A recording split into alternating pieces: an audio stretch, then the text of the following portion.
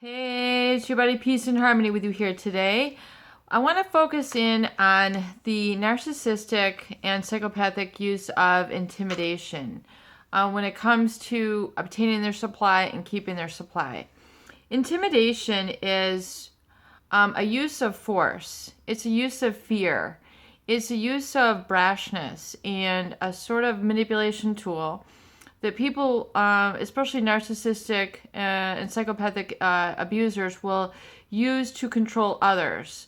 So, and it's made to make one feel timid, afraid, fearful. Timid means afraid to move. Basically, it's like if you're looking down the barrel of a gun. I mean, that's pretty intimidating. Obviously, if you are being intimidated, you can't focus on anything else other than the source of the intimidation.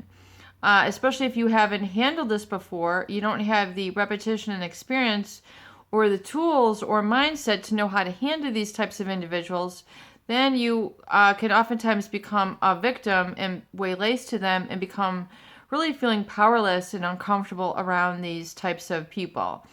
You can call them bullies, narcissists, psychopaths, etc. But usually the use of intimidation or force will create the focus on them. It is a tool to keep the attention on them and away from what you might have to offer.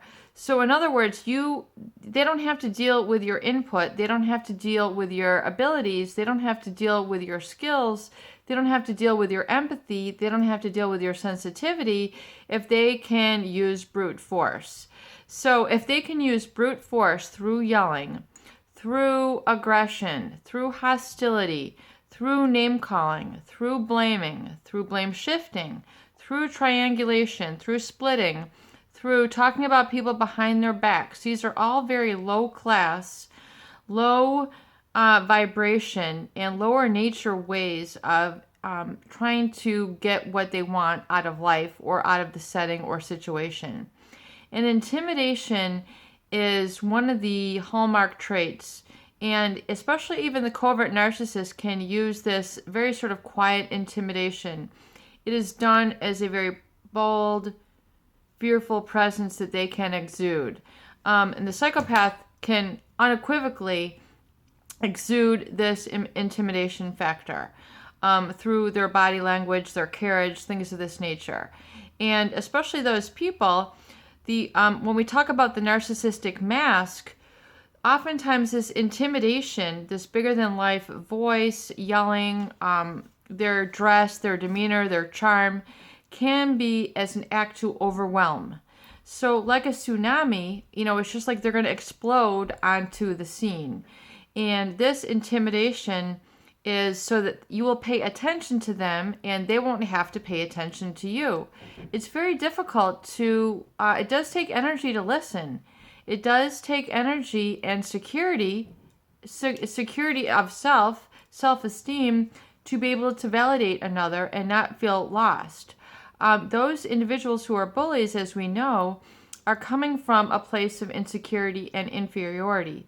So oftentimes it's like the little dog that wants to bark, bark, bark to get attention and try to, push away the big dog. You might see someone who has some shortcomings or inferiority limitations to themselves, but the narcissist does not want to acknowledge these. They have a very grandiose sense of self, and so almost limitless in their ego and their ego needs and their ego gratification. So bursting out like that, yes, it can be a lot of attractive because a lot of people, hey, they can take the day off. They don't have to be anybody. They can just hang around this narcissist and be a source of supply to them. Just like a groupie, doesn't ever have to do the work of the rock star, but the rock star can take that supply. It's very much a sort of dynamic like that. It's very much a hierarchy in a way that a narcissist will intimidate others and keep them kind of down and not able to speak or not able to be or exist. And some people are okay. It always amazes me, the people who can get along successfully with those very intimidating people, the bullies, because they really get walked over, and you almost think that they have a need to be dominated. They need to be controlled. They need to be bitch slapped, or they need to be, have a whipping post. And I find that very sad, because oftentimes people get so taken advantage of in life. I find it very, very sad.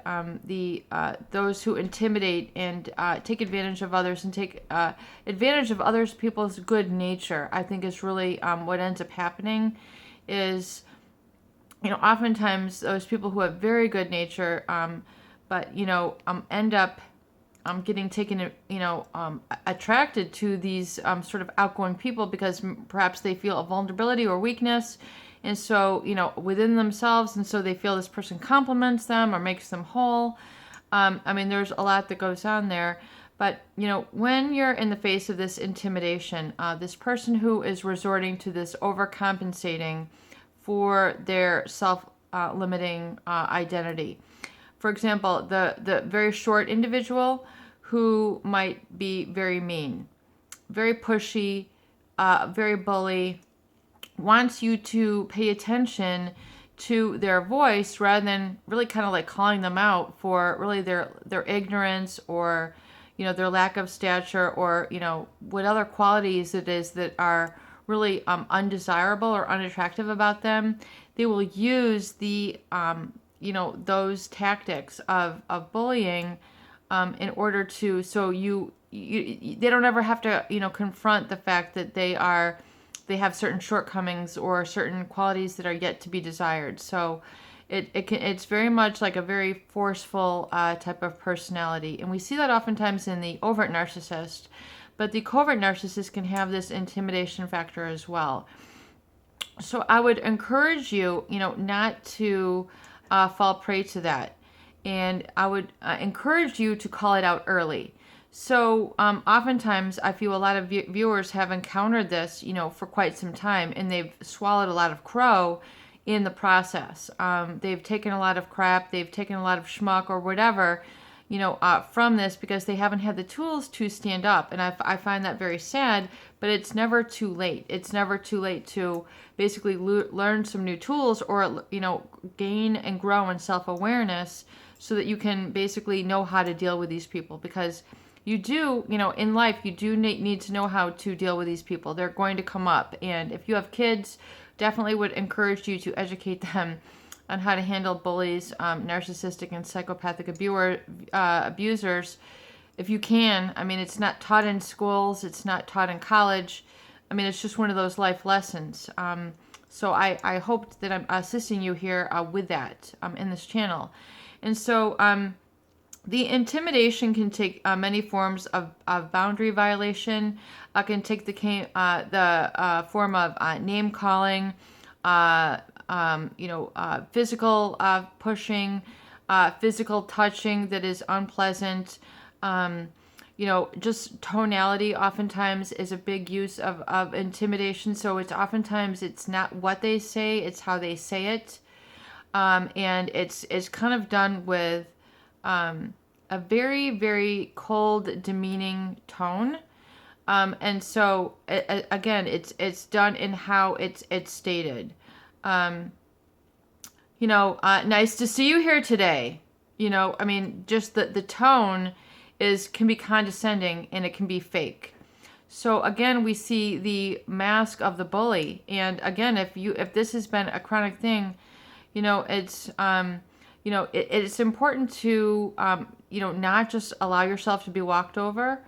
And it's also important to not let yourself feel afraid of a bully, because realize that there's something very weak inside this person that's causing them to react and act in such a distasteful manner. It's very unattractive. Bullies are some people might gravitate to them because it allows them to just they find it entertaining, or it makes up for some lack in their personality. But I find it very serious, especially when You get these people who take advantage of others in a spousal relationship through bullying and yelling, hitting, screaming, the different threats, that they will make. It's all about being very threatening. It's all about, you don't know anything. I think is the bottom line. The bully is like, you can't stand up to me. I always want to challenge you. I mean, they're just walking around with their punk fists up.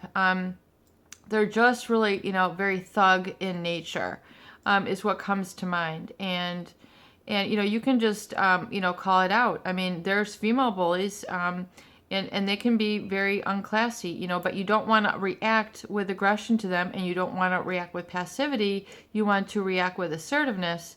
And it just says, you really have, it seems you're really clear with an issue with, sharing space with others. You can just, you can, call it out in a very, very matter-of-fact, objective manner. If you feel you're being bullied, or if you feel like you're not being listened to, you can just call it out.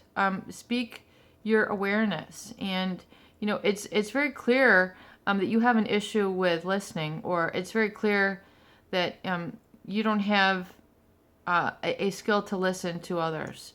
It's just, basic matter of fact, but, people who have been victimized, they oftentimes shy away from confrontation. They dislike confrontation. But yet there is a declaring of your rights. So I'm not saying engage with this person.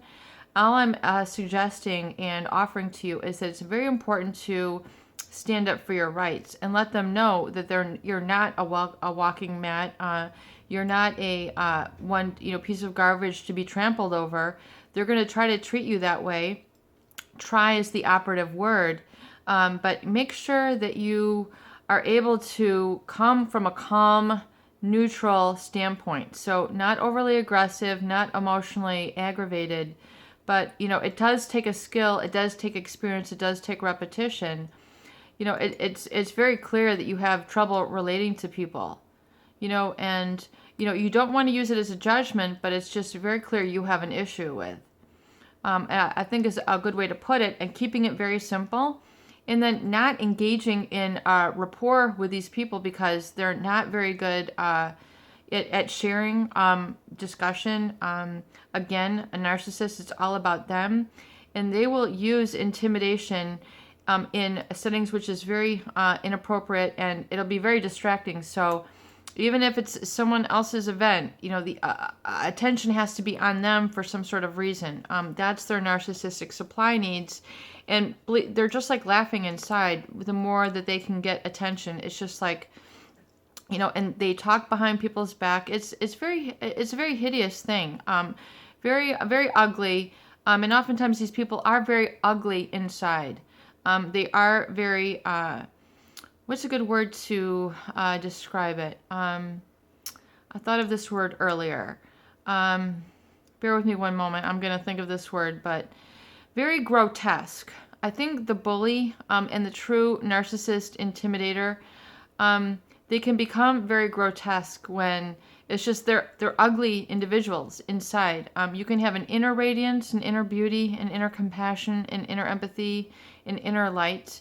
And even those people who aren't outwardly attractive can be attractive. So do you see what I'm saying? Oftentimes as you grow as a person, you realize the outer looks are not what it's all about. It's about the person inside. And I find these individuals of all, the narcissist by far is, the psychopath by far is the most malignant of the class of violators and perpetrators. And they don't always use intimidation, but they do. They definitely will resort to intimidation, and it will just blow your socks off and blow your mind. But the narcissist can also use the intimidation overtly as well as covertly. So don't fall prey. It is just a manipulation tactic. It is an overcompensation for how inferior and insecure that they feel. And furthermore, stand up for your rights, declare your boundaries, and learn to speak simple, clear, calm statements that assert your rights and let them know that you're not one to be walked over. Peace and harmony with you here today. I hope these videos do help. Please share and please subscribe for more great tools, videos, discussion, and support.